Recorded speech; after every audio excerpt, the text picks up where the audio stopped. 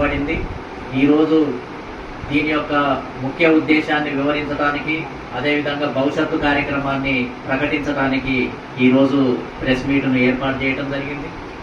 ముఖ్యంగా national political justice front యొక్క ప్రధాన ఉద్దేశం, మరి ముఖ్యంగా తెలంగాణ రాష్ట్రంలో కాంగ్రెస్ పార్టీ, అదేవిధంగా గతంలో పరిపాలించినటువంటి బీఆర్ఎస్ పార్టీ, బీజేపీ పార్టీలు, 3 పార్టీలు కూడా విఫలం కావడం జరిగింది. బడుగు బలహీన వర్గాలకు ఈ రాష్ట్రంలో 85% పైగా, అంటే 93% ఉన్నటువంటి బడుగు బలహీన వర్గాలకు అసెంబ్లీలో ప్రాతినిధ్యం కల్పించడానికి కానీ, పరిపాలనలో భాగస్వామ్యాన్ని కల్పించడంలో ఈ 3 పార్టీలు కూడా విఫలమైనటువంటి పరిస్థితి ఉంది. కేవలం 1-2 కులాలు, 1-2 వర్గాల యొక్క ప్రయోజనాల కోసమే, వారి యొక్క ప్రాతినిధ్యంతోనే ఈ రాష్ట్రంలో పరిపాలన జరుగుతుంది.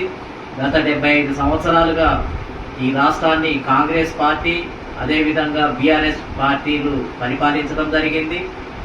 ఇన్ని సంవత్సరాల తర్వాత కూడా ఈ రాష్ట్రంలో ఉన్నటువంటి దాదాపు 60-70 ప్రధాన కులాలకు ఒక ఎమ్మెల్యేని కూడా గెలిపించి ప్రాతినిధ్యం ఇచ్చినటువంటి పరిస్థితి రాష్ట్రంలో లేదు. అంటే గెలిచిన వాళ్ళే గెలుస్తున్నారు. ముఖ్యమంత్రులు అయినటువంటి రెడ్డి వర్గమే మళ్ళీ ముఖ్యమంత్రులు అవుతున్నారు, వెలమ వర్గం వాళ్ళే మళ్ళీ ముఖ్యమంత్రులు అవుతున్నారు. ఈ విధంగా 1-2 వర్గాలే అధికారాన్ని కైవసం చేసుకొని వాళ్ళే ముఖ్యమంత్రులు అవుతుంటే, మిగతా వాళ్ళంతా కూడా విస్తారంగా ఉన్నటువంటి ఎస్సీ ఎస్టీ బీసీలు అంతా కూడా మరి ఓట్లు వేయడానికే ఉన్నారా, జెండాలను పోయడానికే ఉన్నారా, లేకపోతే కార్యకర్తలుగానే మిగిలిపోవాలా? అంటే ఈ రాష్ట్రంలో ప్రజాస్వామ్యం లేదా? అంటే ఈ కాంగ్రెస్ పార్టీకి కానీ బీఆర్ఎస్కి కానీ ప్రజాస్వామ్యం మీద విశ్వాసం లేదా? అంటే రాచరిక వ్యవస్థను కొనసాగించాలనుకుంటున్నారా?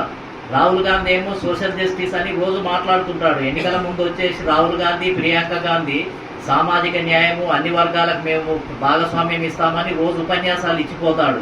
అంటే రాహుల్ గాంధీ ఇచ్చినటువంటి ఉపన్యాసానికి ఈ కాంగ్రెస్ పార్టీలో ఏమైనా విలువ ఉందా?